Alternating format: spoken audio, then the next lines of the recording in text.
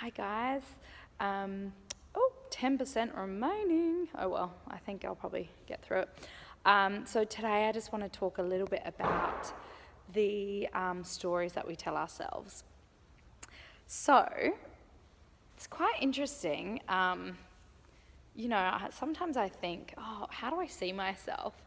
And I think about all the labels that I put on myself. Oh, I'm like this, I'm like that, I'm that kind of person. I'm not good at this, I'm not good at that. I'm working on this, I can go deeper with this, and they're just stories that we tell ourselves because it's not based on any reality, really, is it? Because what is actually real? This couch is real. I know that. I know that I live in Adelaide some of the time. I have a family. I have 3 children. All those things are real. But the way that I view myself is just my own opinion. And that's the same as other people. So that's why I like to always say never take anything personally, because the way someone else sees you is just what they've created in their mind and how they have labelled you. So I call it the mind movie. So what is your mind movie telling you today? So for example, I had a situation where I thought someone was being mean to me recently, and my feelings were very hurt, and I thought it was mean, and the story I told myself was because that person doesn't like me because this, and this, I must have done that, or whatever the story was that I created. So sometimes when we tell ourselves stories, we believe them vehemently. This is the truth. There is no wiggle room. This is just the way things are, and we're very dogmatic about our beliefs and the way things appear to be. And we draw conclusions and we act out on those conclusions. We act out emotionally. Sometimes we will physically act out. We make decisions based on the conclusions we've created in our minds. And sometimes it's based on being vulnerable or being fearful in the moment, or having a lapse in judgment, having an insecurity pop up, and then all of a sudden we label ourselves a certain way and we act out because of it. So that's why I always say that if you're in a situation and you've decided that the other person thinks this about me, and I know the other person's acting out because of all of these things, stop for a minute before you act. The amount of times I have got into trouble and then been left red-faced because I have sent a quick email or a text, been dramatic, without knowing the full story and without just like sitting with my feelings and emotions without acting out on them. I can't tell you how many times that has happened, and then I've been regretful.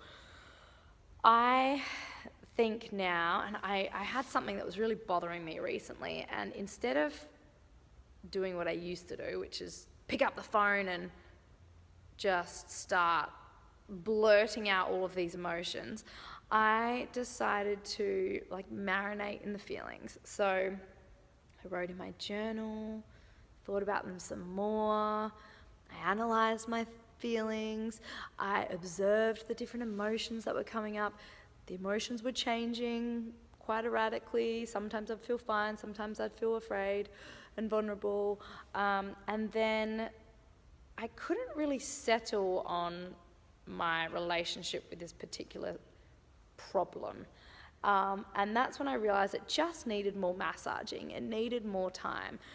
I talked it over with Mark, talked it over with a couple of friends, wrote about it some more. And then finally, after about 3 weeks, I realized that I had moved through my own feelings and I didn't have to have any further discussions about it, especially with the person who was at the core of this situation.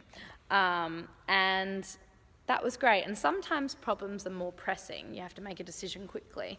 But give yourself longer than the first 5 minutes. Sit for an hour if you can and really go through it. The truths, try and weed out what the real truths are. And if you have created the story and the story stays the same no matter how much you've looked at it, analysed it, come at it from different positions, put yourself in somebody else's shoes, heard people out who, you know, your nearest and dearest. And if you still are kind of sitting in this story, then I think that's a good indication that you can start getting further into it, whether it be with somebody else, if there's someone else involved in the situation, or whether it's with yourself. I think from that place, you find what's bothering you about it. What are the things that really you can't move through, that you've tried looking at, and it's still there in the pit of your stomach, that intuitive hit that you're getting surrounding a situation. If you figure out what that is and lean into that feeling, and usually if you come from a place of vulnerability, especially when you're engaging with someone else and talking to someone else about a situation, it usually goes over really well. I have noticed that if I have to have a confrontation with someone, I'm usually very nervous beforehand. And then I get to a place where when I open up from a place of vulnerability and insecurity and say, I'm navigating all these feelings, and can you help me with this? Could you offer up any suggestions? Is there any way we could try this differently? Or why don't we, collaborate and figure out a way that we can both feel okay in this situation? When I come from a vulnerable place and an open and raw place, it feels really authentic, and I feel like I can get to some beautiful places where the magic lies. And I love feeling like that. I really love being vulnerable, and I never used to be.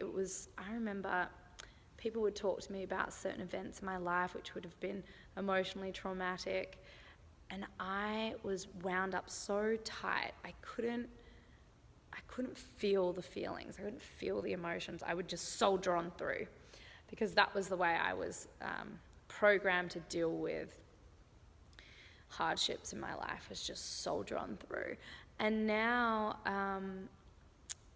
I've noticed that made me hardened in many ways. And so it's really lovely for me where the growth lies is in being vulnerable and being open and being honest about it. And that's why I do Tez Talks, is because I'm being very vulnerable and open and showing that I am a human being with lots of feelings and emotions and insecurities and all the same things that you guys have.